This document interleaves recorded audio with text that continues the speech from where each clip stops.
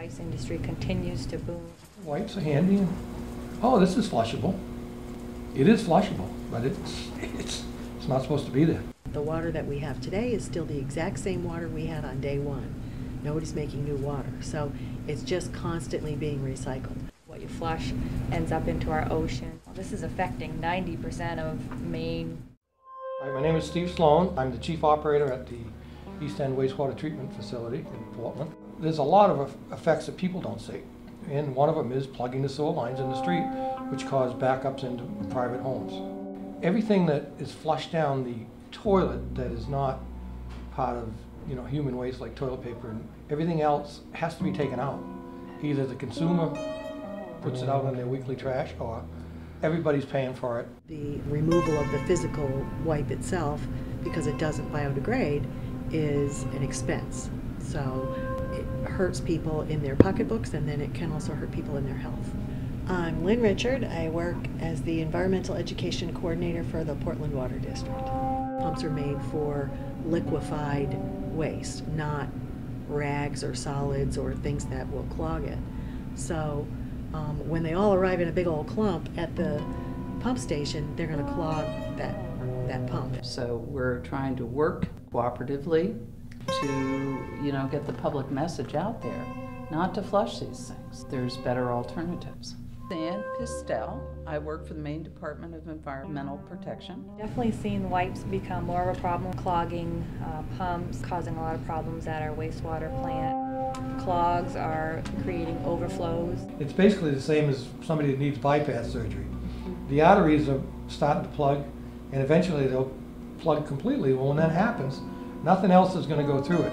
Trying to make people care, but people don't think about wastewater or sewers. They flush, it's gone. If somebody can get it down the toilet, that's what they do. And unfortunately, I guess it's part of our society, but it seems to be getting worse.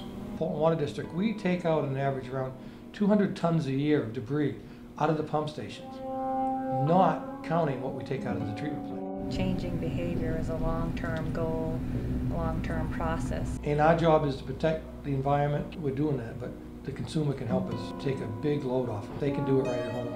I mean, if you use the hand wipes, I know it's easy just to flush them, but if they just put it in the solid waste. The other thing about all these flushable products is they are full of chemicals, but their synergistic effects could be something that has unintended consequences for the aquatic environment. When you hear about frogs with deformities and fish changing sex and crazy kind of biological responses to some of these chemicals on that level, you have to think that for us at the top of the food chain, that there are some pretty serious health concerns. Young children take in more than an adult, and their systems are growing, changing, and developing. So we do know that some of these chemicals have very subtle but direct impacts on that growth and development. Public pressure is very important to push these companies into greener, more sustainable products.